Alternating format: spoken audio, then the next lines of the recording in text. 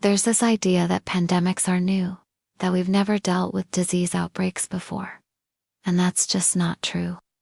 In 1796, a British doctor named Edward Jenner noticed that milkmaids who contracted a mild disease seemed immune to smallpox, which was deadly.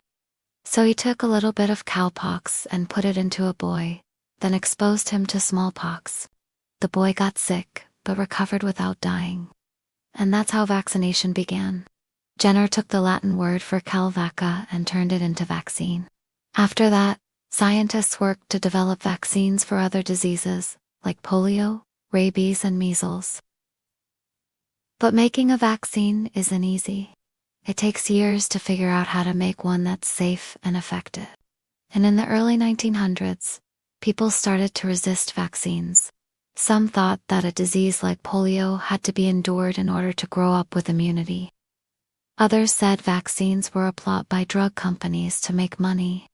And some believed that vaccines caused autism.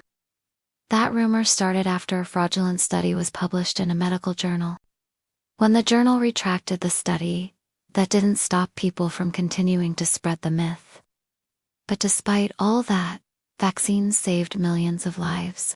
By the late 20th century, there were vaccines for diseases like polio, measles, mumps, and rubella, as well as for hepatitis B and the flu.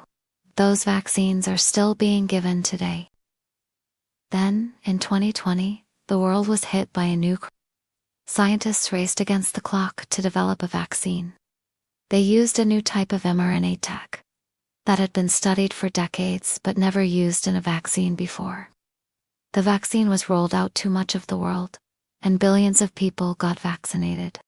None of that would have been possible if not for the work of the scientists and doctors who came before us, who fought to make vaccines better and safer.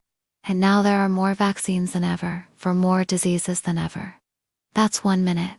See you next time.